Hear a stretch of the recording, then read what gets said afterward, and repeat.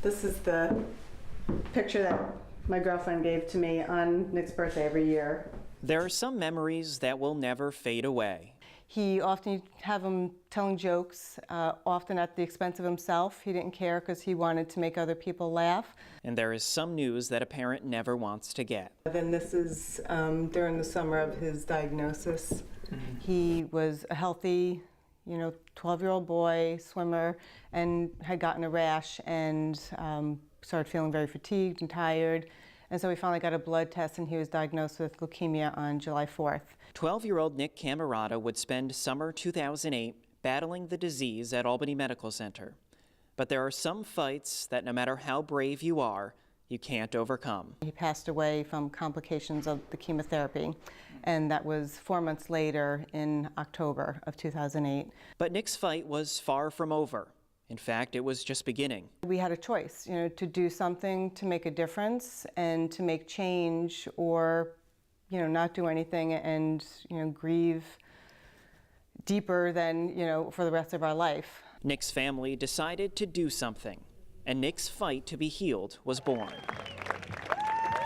The Cameratas hold events annually, like a huge 5K each fall. They use the money raised to provide a first line of comfort to families facing their worst nightmares.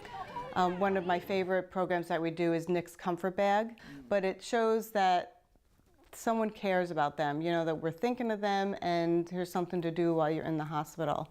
It's almost impossible to name the countless programs that Nick's Fight provides, from financial assistance to creating go bags for families who may be making emergency visits to the hospital. When donations come in, like the ones from Stewarts' holiday match, they don't stay in the bank for long. We've helped families that have no heat because they ran out of oil, could not afford to pay for it, and the money that we received from Stewarts has helped to immediately pay for that family. Nick's fight to be healed isn't going anywhere. The Camerata's other son, Stefan, is going to school for marketing and has become increasingly involved in the charity as he has gotten older. And until there is a cure, their fight will continue. He's still very much part of this family, right? Yes, absolutely. I've met with parents, moms who have lost their children, and they're very surprised when I say I have 2 boys. I'm like, I do. I'm a mom of 2 boys. One just doesn't happen to physically be with me. Yeah, The saying goes, growing up is never easy. They get in fights and argue and everything, but they're siblings, just like anybody else, so. But 12-year-old twins Ben and Abby have an extra special relationship. Abby is autistic, something that can be tough for Ben to understand. There's always going to be a different kind of understanding. Nothing is the same with her. Support for siblings of children with developmental disabilities is something Diane says is lacking.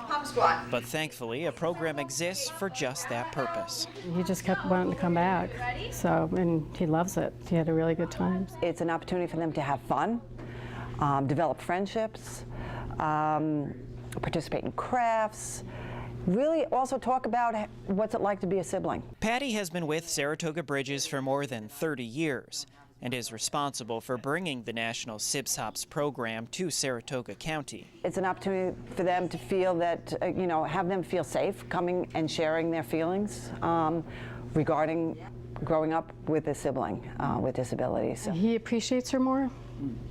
He understands her little flaws, I guess you could call them.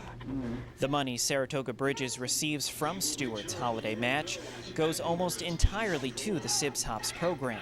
But a lot of the extras, the snacks, the games, the craft materials has been very, very helpful for us to continue to do this program.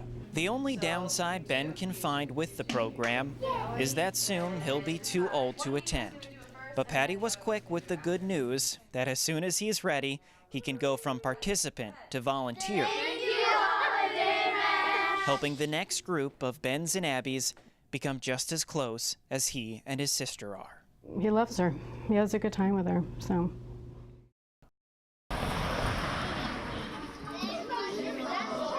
It's that magical time after school, fresh off a day of learning, filled with energy.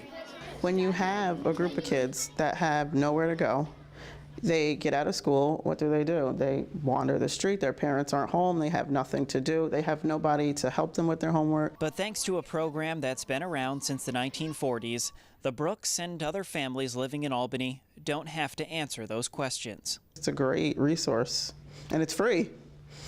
Even better. Amazing.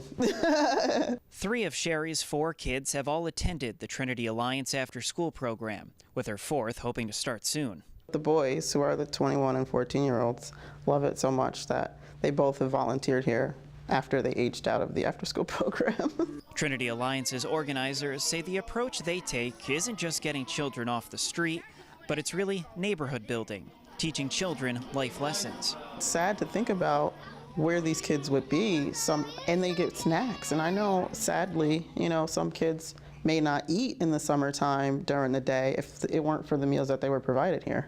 Through their early childhood years and into their adolescent years, they're developing themselves, they're making career choices, they're being exposed to positive role models. Sherry says all of her children have created bonds at Trinity Alliance that will last far beyond the program, something organizers say is the norm. We actually got a call from North Carolina about 2 years ago from a gentleman whose mother had just passed away.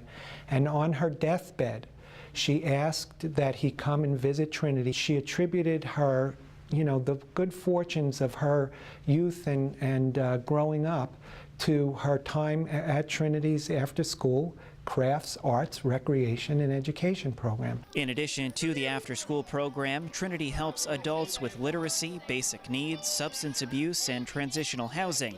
But the money collected from Stewarts' holiday match goes exclusively to the after-school program. That's what they say, it takes a village. So it really creates a close-knit group of parents that help out one another, and the kids develop great relationships that last, like I said, forever. 10-year-old Brianna has already said that she, like her brothers, can't wait to start volunteering at the program. And little does she know, the lessons she is learning goes far beyond arts and crafts. In fact, they're lessons for life.